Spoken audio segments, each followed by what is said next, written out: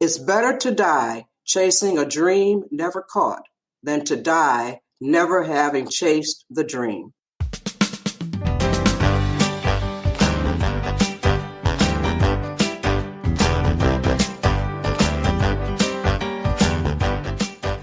Welcome to the Bro Novo podcast, the podcast that models healthy communication for men, empowering them to start the journey of self-work. Now here's your host, Thomas Pierce.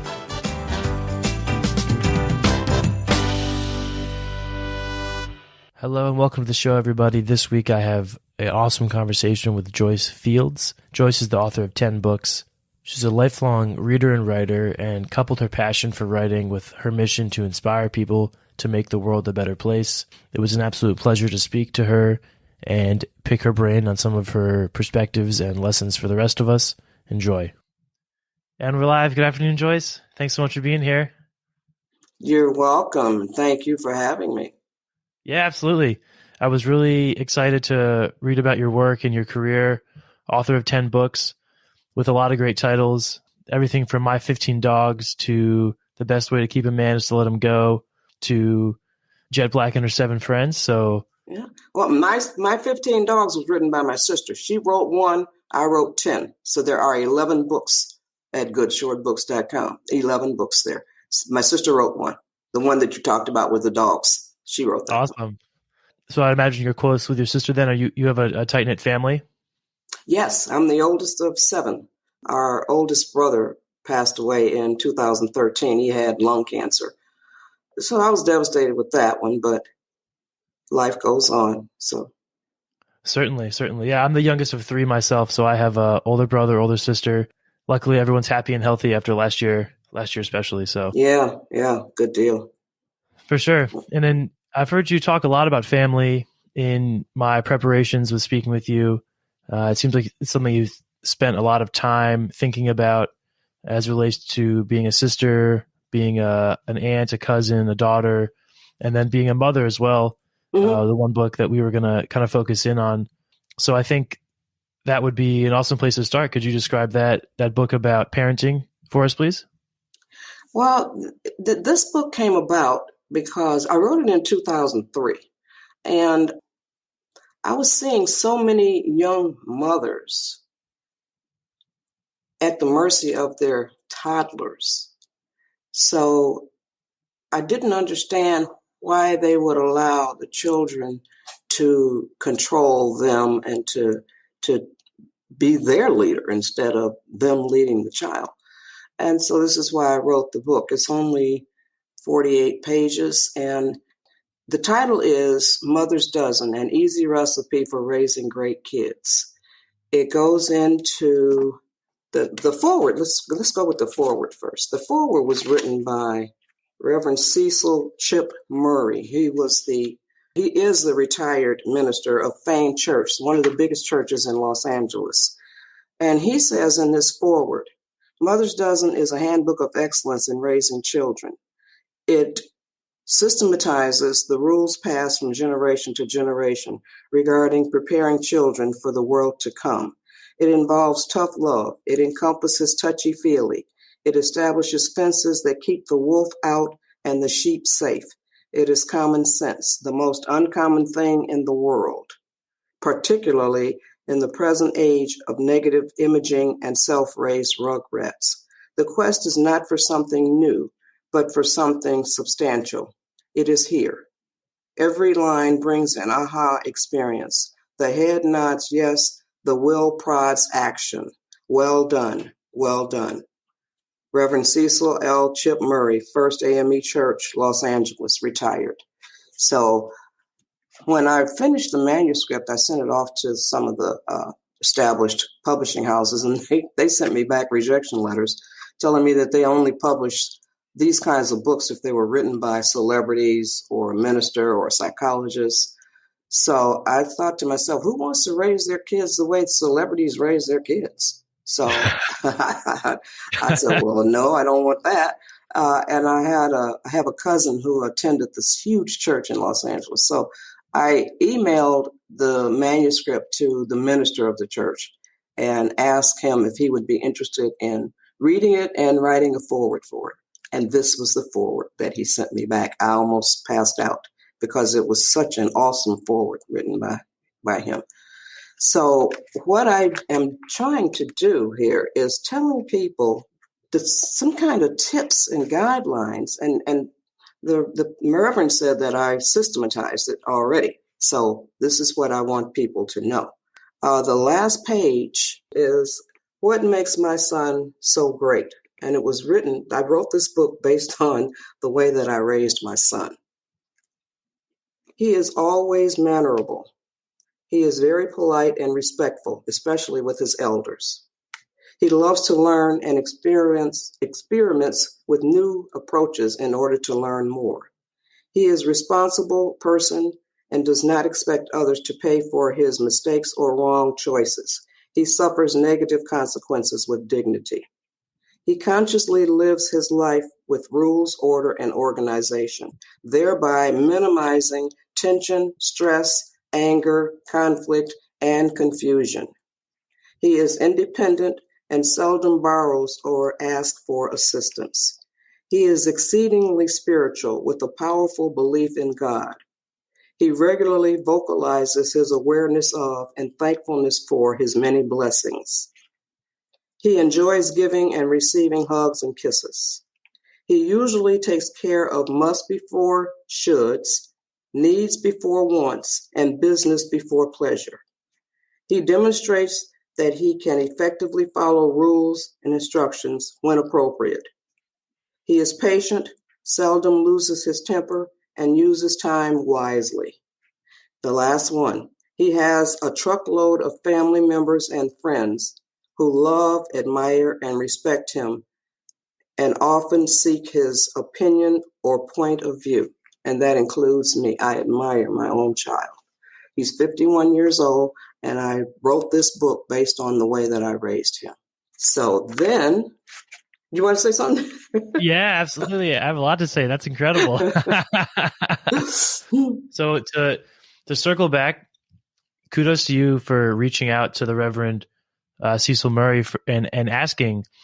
I think there's a great lesson there for everybody listening around backing yourself and making the ask, because a lot of times, the worst thing that happens when we ask for an opportunity is we get a no, and then sometimes we get the yes, and it's incredible. So I just want to point that out. That's pretty awesome. Oh, thank you.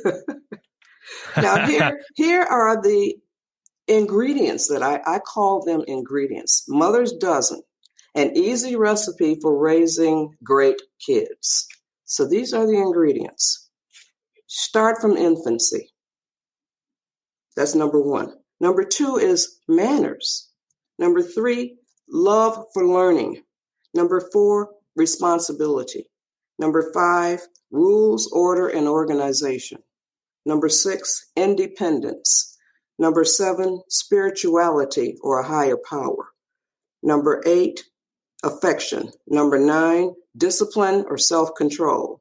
Number 10, feed interests. Number 11, obedience. And number 12, the last ingredient, is patience. You have to teach all of these ingredients. You have to teach them to your child. That's awesome. I'm curious to hear about your influence for spirituality or higher power. I know from my research and listening to your other conversations that you didn't grow up in a particularly religious household. You could go to church, or you had the option to, but it wasn't dictated. So I also want to bring that up because I think my generation, I'm 25, 26 next month. There's a bit of a avoidance or less of a association or identity with organized religion than the previous generations. And we can go into that as to why. There's a lot of theories. I have theories about why that is. But as far as your organization of these ingredients and raising it, what about the spirituality adds value for you? So this, I'll read part of the spirituality or the higher power part. When I was growing up, religion was an option. We did not have to go to church, but we were taught to believe in God.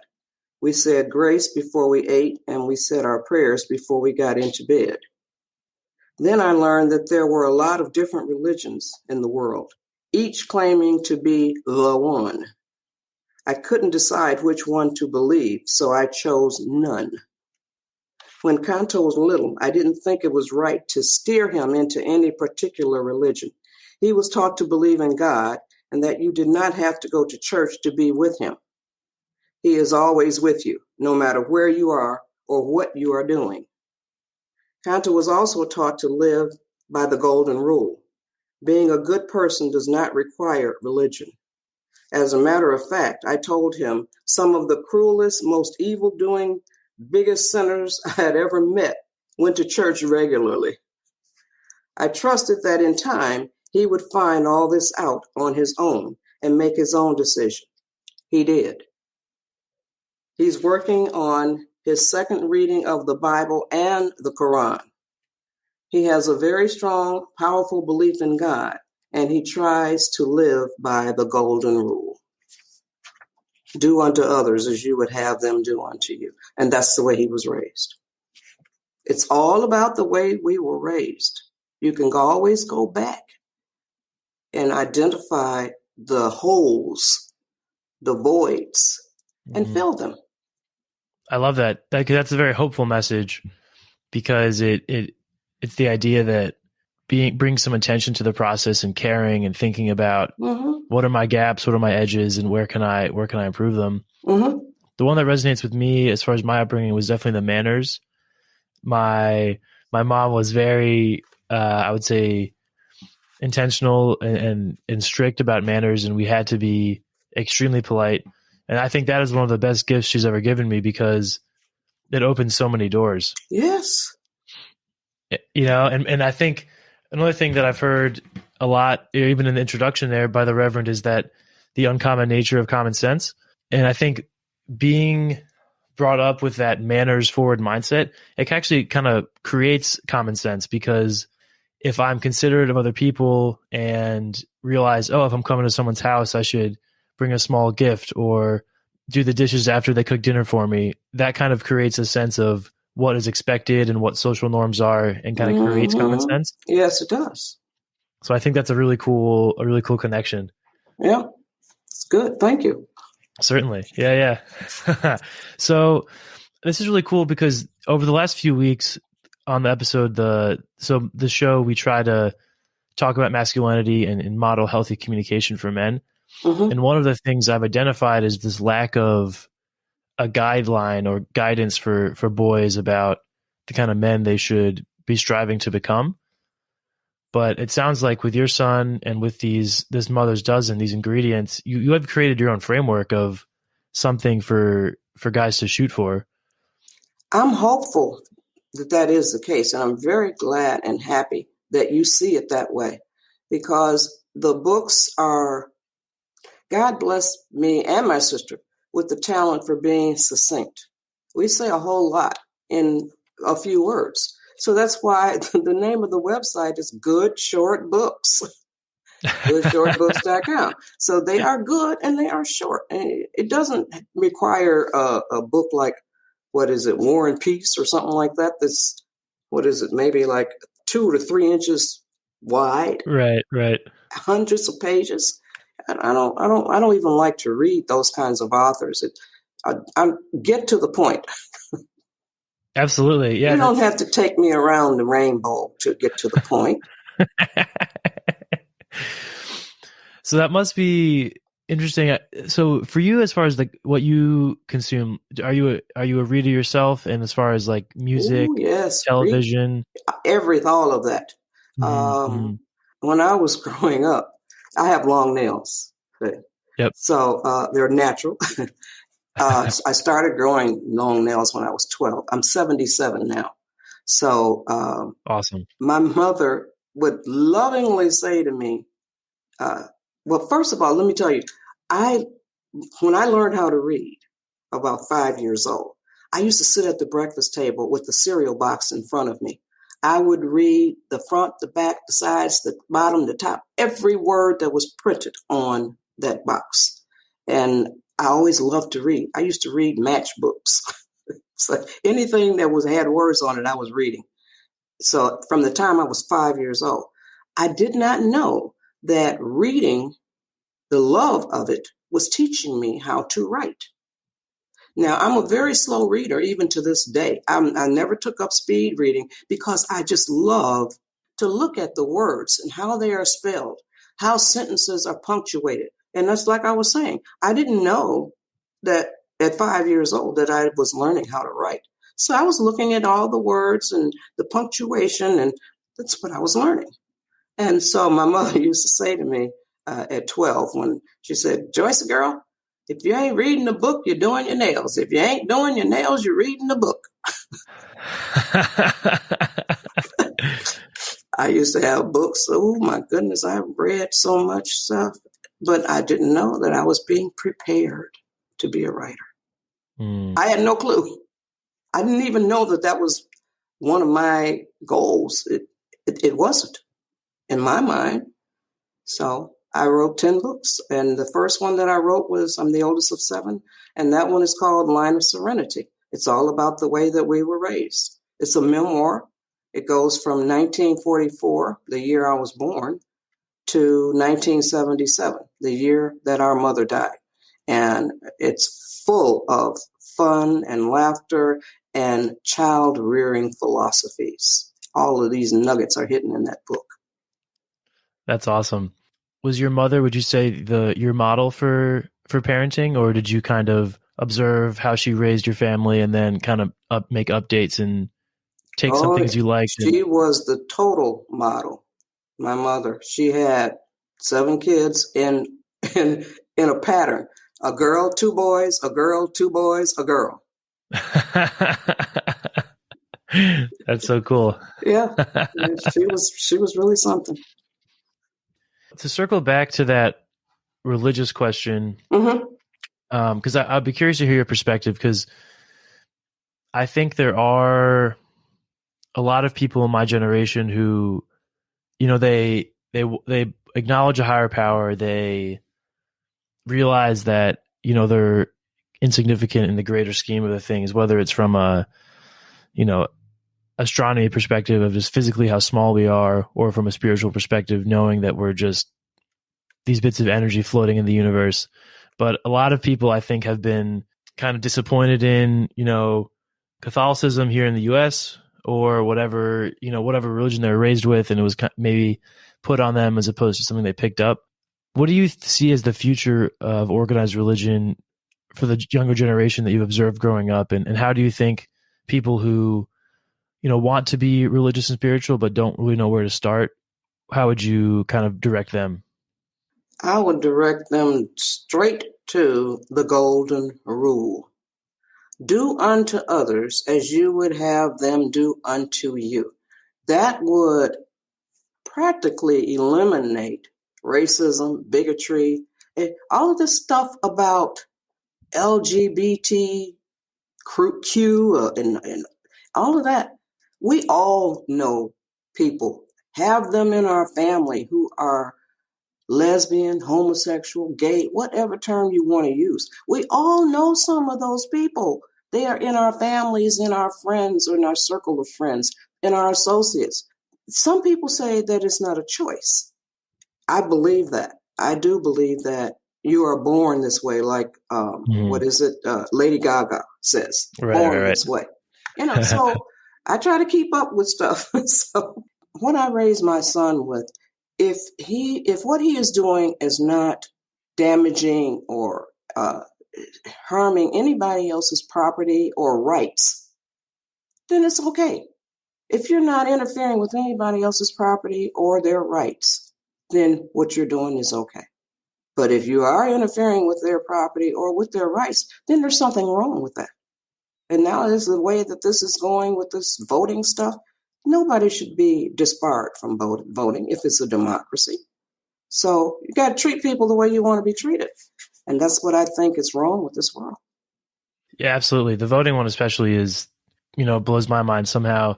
creating more barriers Yes. for people to vote and describing it as a way to make it more accessible doesn't make sense to me. It flies in the face of the truth.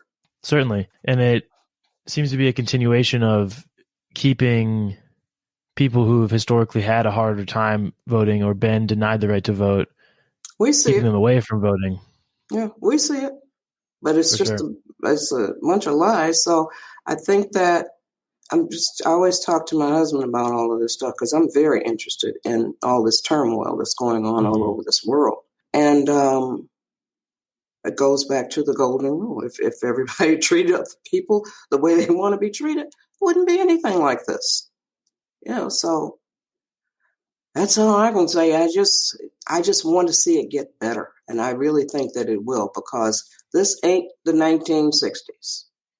No, it's not. And there's been a lot of, new discussions, right, since last summer and since it's forever. But, last summer there was this racial awakening among a lot of white people like myself.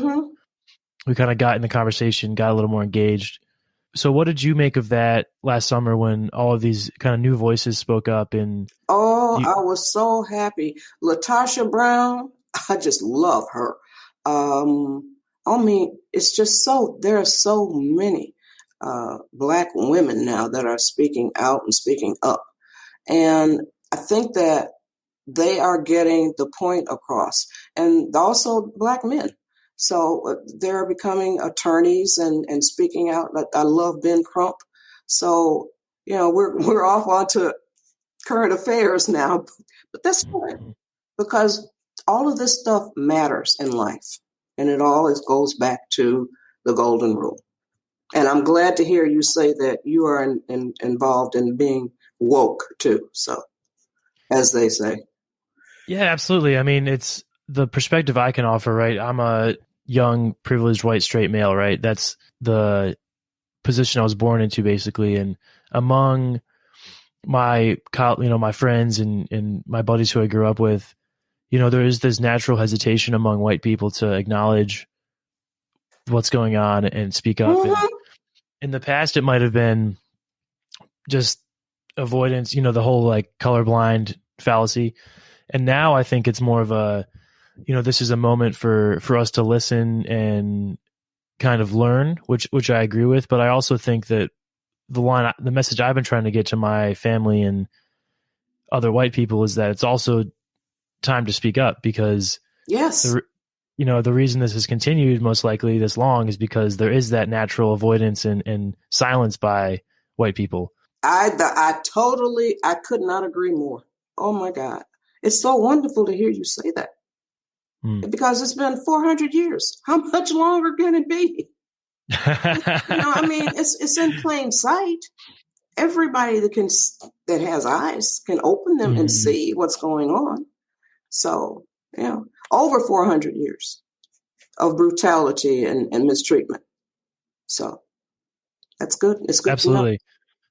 Yeah, certainly. And that's, every time I have, especially other men, because that's kind of the common theme, I ask, but especially with white guys on the show, I just ask, how have you been engaging with this thing? And, how are you approaching it? How are you getting involved in?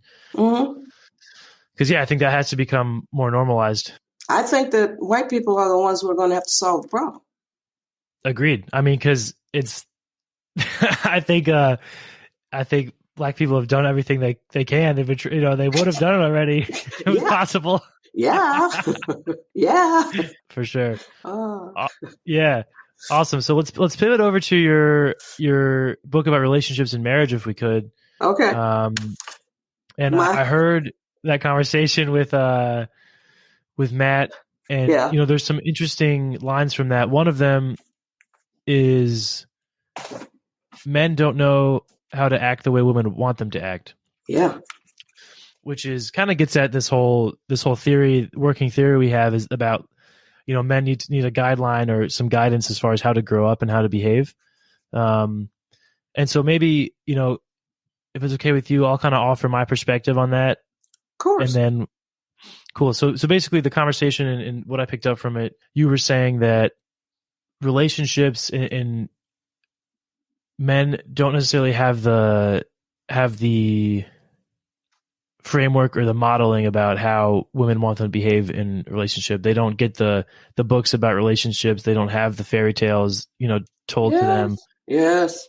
And so there's a bit of a, it's up to the woman to have a kind of a guiding hand and kind of shape the relationship, which is interesting because, in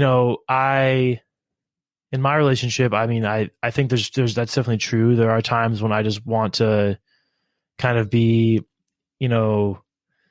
blissfully ignorant, maybe is the way to put it. But also it's like, I don't know. I also believe in this whole, gender equality and the ideals of a partnership, So it's interesting. I wonder if that's just my kind of conditioned reaction, right? Like the other side of this woke behavior is maybe this narrative around gender equality and kind of the narrative I've been told in my generation that makes me a little bit resistant to that somehow too, as far as that a woman, has a bigger responsibility for leading a relationship. Can you explain that theory, please? In that conversation you were saying that 80% of the that's in the book. The best way to keep a man is to let him go. I say that on Take Heed, 3rd page. Based on my 50 plus years of observation, I would say that 80% of the success of a relationship rests on the shoulders of the woman. This book explains why I say that. So women, girls, it really starts out as girls. We are fed a line of crap, all this knight in shining armor stuff, and men don't read the books that we read.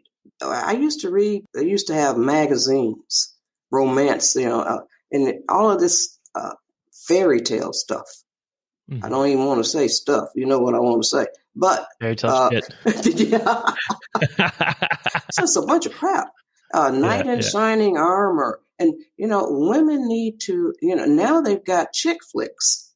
And I like them. I enjoy looking at them, but I have two sides. I know that this side is fantasy. This side is reality. I try to stay on this side. Right. So you can go off into the chick flicks, and you can, it's so nice, that they have happily ever after. We just watched Memoirs of a Geisha, and that was a chick flick, but it was really good. But it still is so, it's just so rainbows and sunshine. That is not the way relationships are. But then in the movie Memoirs of a Geisha, she had hard times with it. So, but I don't know if you've seen that movie, but it's like a chick flick. But at any rate, I was talking about the fact that is how women are conditioned. Females are conditioned. So, did you know that we all start out as female? At conception? No. Well, the chromosomes, right? XX, XY. It doesn't even matter, because that's how come men have nipples. Y'all got nipples too, but they're useless. They are useless. That's why y'all got nipples. We all start out as female. And men, y'all got to go through a whole lot in order to get your junk. So y'all have to go through a lot more changes. Women come in solid as a rock. For real. Yeah. Check with your doctors. Yeah. So we all start out as female. So women, and I keep saying women. So I'm going to start with girls. Girls are taught that boys can be knights in shining armor. They are our go-to. They are our saviors. It is not right the way that girls are being raised, So we have to find a happy medium. We don't want to raise girls that don't want guys. We don't want to raise girls that want to try to control guys. We want to raise girls that are peaceful with guys. Do you understand what I'm saying? Peaceful with guys. You can talk about the differences. So that's the way that we should raise our children. They can talk about the differences and that the way they see things. Because males see things differently than females. females see things differently than males. But we can talk about that. There's no reason for it to be ugly, confrontational. Certainly. And I think that is becoming somehow, problematic. It's kind of like maybe when the whole like PC political correctness culture goes too far and like the differences between genders or the sexes are denied. Why is it then? What about men do you think requires women to take that 80%? Why is that the best setup? It goes back to Mother's Dozen, an easy recipe for raising great kids. Because the boys are not being raised to recognize girls as equal human beings. We're not trying to say that we're stronger than you all are. We got more muscle. And so some of the women are challenging men on the masculinity side of it, so that's not right either. But we have to understand that there's a continuum, and it goes from 0 all the way up to like probably a trillion or a billion or a gazillion, some number that I've never even heard of. So, but there's a range. You got to find what's comfortable within that range. So that's where I think we all are as a people, as a human race. We have to find that range. So based on the Mother's Dozen, and the lessons, what are the things you think that the man should be bringing to the relationship then? And I guess as a caveat, we are talking about straight people, but right.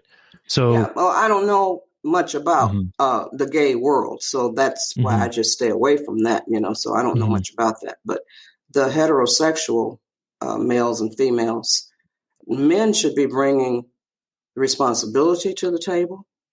One of the things that I did with my son is I told him to make love to the girl's mind before he makes love to her body. So that is one of the things that I don't think that we're paying enough attention to. You have to talk. You have to communicate. Everybody is not on your level, so you have to find someone who is on your level or who's close to it, and just work with it, shape it yourself. Did that answer your question? I think so. Yeah. Bringing, it sounds like stability, consistency, and responsibility, instead of growing up, right? Not being a boy, but being a man in the relationship and being an adult. Yes. Doing what you say you're going to do. Doing what you say you're going to do. Yes. Oh, I know. That's so many people don't do that in personal life, professional life, everything. It's astounding. Yeah, it is. And it's hard to do that. It's hard to be consistent, but that's why it's worthwhile, I would say. You have to be willing to say you're sorry or I was wrong. Right. Right. And so that goes a long way. Apologize. And that gets back to the organization piece too, that one of the dozen you mentioned about, if somebody get a planner, if you have your life organized and you have things written down and you know what's up in your schedule, it's a lot harder for things to fall through the cracks, and it's a lot easier to meet your commitments and not let people down, which ties into being polite and considerate, right? And all of these things work together. Yeah, but I can see that. If you get the planner, then you have to use it. So you can get the planner, but then you can forget to use it, or forget to put something in, or whatever. So don't allow yourself excuses. Don't allow that.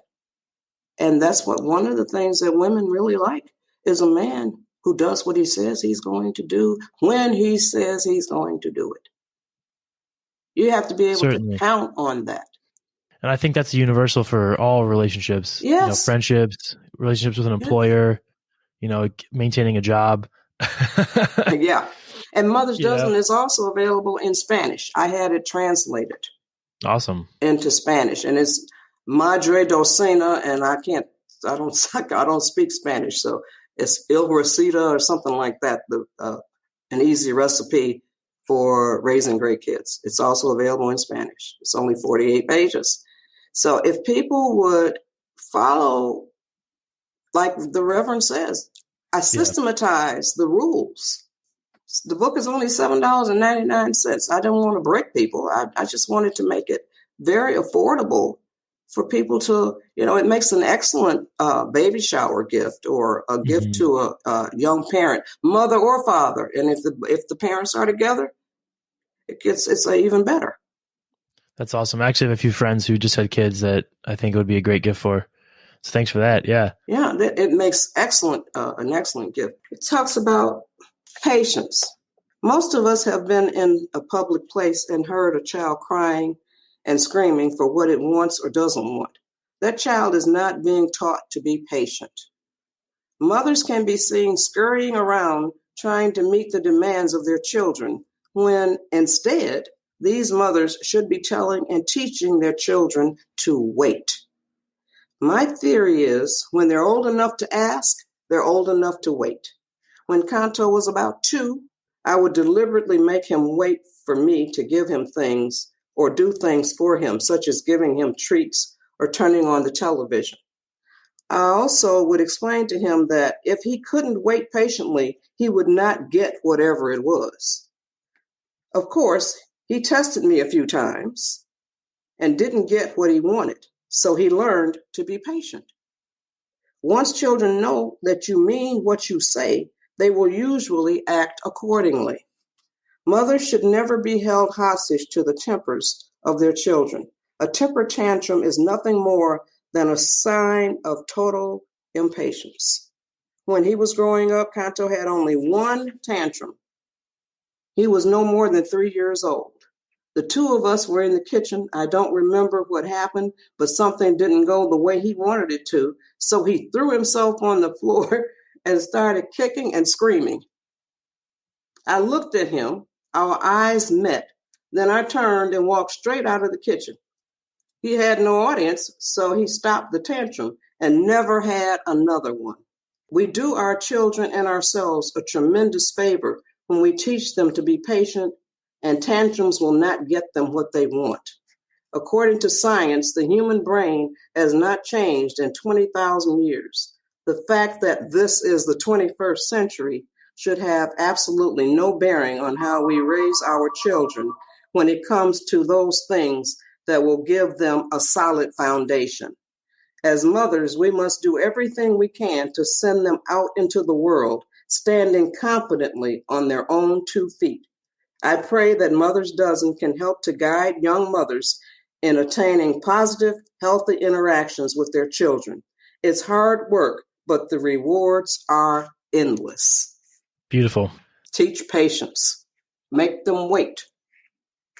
You really do have the skill of being concise.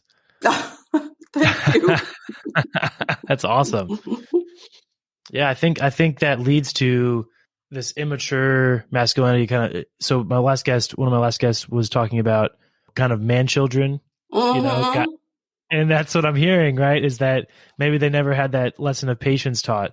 Yes. And maybe they always got what they wanted. And even to loop it in with the racial conversation, maybe these white people who are resistant to a changing dialogue or a more diverse country never had anything challenged from them, right? They always were given everything they wanted in the culture and never had to think about, yes. I was born into privilege. And yes, I remember when I was 21 years old, I was working, and this white girl said, "I'm free, white, and 21." That's the first time I had ever heard that before. So that tells you everything you need to know, especially during that time. So this was in the 1960s. She said, "I'm free, white, and 21." Yes, sir. That's what she said. I never will forget it. Wow. I was about 21, now I'm 77. I never will forget that.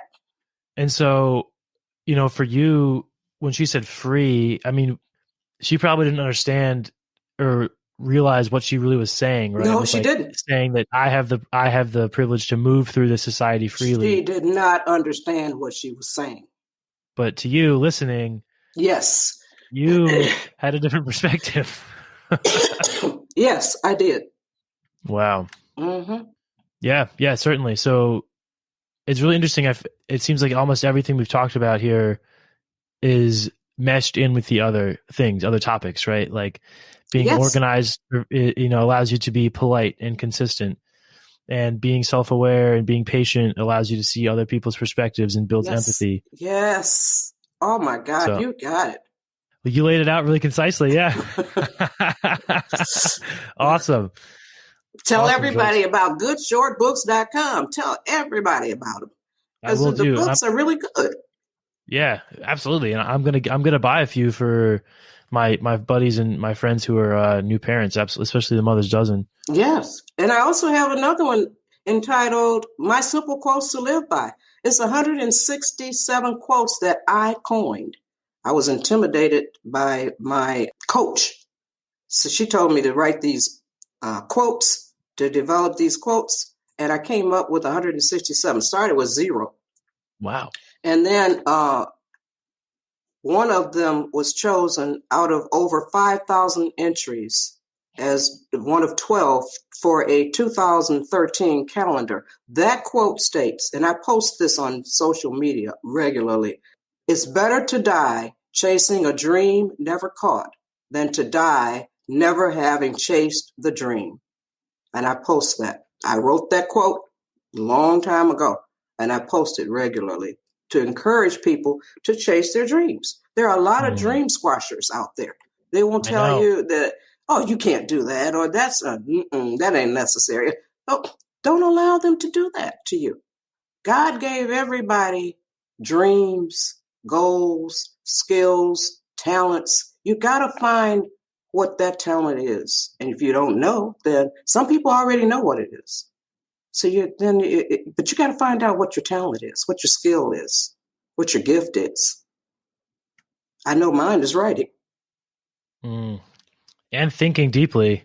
Well, yeah, I do that. Yeah. I'm also a good cook. Awesome. Yeah. And I heard there are some actual recipes in Mother's Dozen as well, right? No, not in Mother's Dozen, but in The Best Way to Keep a Man is to Let Him Go. There's the book is 64 pages. The Best Way to Keep a Man is to Let Him Go is 64 pages, and that includes 22 pages of recipes. So I said all of that in the text in 40 some pages. Awesome, Joyce. Well, we're down to 10 minutes, so let's pivot over to the 3 things game, which I am excited to play with you. I think you're going to crush it. So the person with the nearest birthday goes first. So my birthday is in August. When is yours? February. Okay, so I'm up, and then I'll have this question, and then you'll have a different one. Okay. Here's my question: what are 3 things you have learned from women? What a timely question, considering we're speaking right now.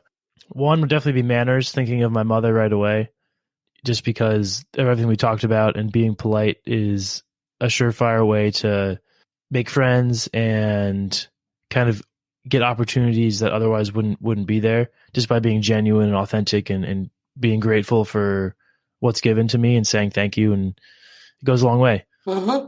Secondly, the second thing, I'll go to my sister, and this one would be work ethic and being curious. My sister's an awesome student of life, very thoughtful, and always was someone to set a goal and go get it, which is awesome as a younger sibling to observe that and to kind of have that modeling. And then lastly, I'll think about myself in relationships, and the relationships, my current one and other ones I've had. Definitely humility and seeing my dark side, seeing my, impatience, things that come out in relationships that are, they say relationships are like a mirror. So definitely a lot of self-improvement and self-work to be done that I've observed and learned from my relationships. So thanks for listening. And here's your question. What are 3 things you have learned about time? Wow. Number 1, you never get it back. Use it wisely because you never get it back. The second thing is devote yourself to determining how you spend it, prioritizing it, And then I read something recently too. The time you enjoy wasting is not wasted time. So that's another aspect of it. If you enjoy wasting that time, that it's not wasted time. So time, it goes from the minute you are born to the minute you will die, which you don't know where that is. Use it. Use it to accomplish whatever it is that you want to accomplish, because that's all you have is time. And that's another thing too. So do it now, because if you don't do it now, the time is going to pass anyway. So you should do it, so that, so you can say you don't have time, but the time's going to pass anyway. So take advantage of it. That answer? Absolutely. I agree. There's always an excuse, and no one's going to chase my dreams for me. Right. So I have to go get them. Yeah. Yep. Awesome. Mm-hmm. Joyce, this was an absolute pleasure to speak with you. You are so wise and articulate, and I love your energy, and I'm so impressed by what you're doing at this stage in your life, still making new content, having conversations, and putting yourself out there. It's an inspiring thing to see. Thomas, it was such a pleasure. You are so young. I'm glad to know you're in the world. Oh, thank you so much. For real. It's really good to see people like you. And, it just kind of buffers my sense of humanity, so to know that there are people like you out there.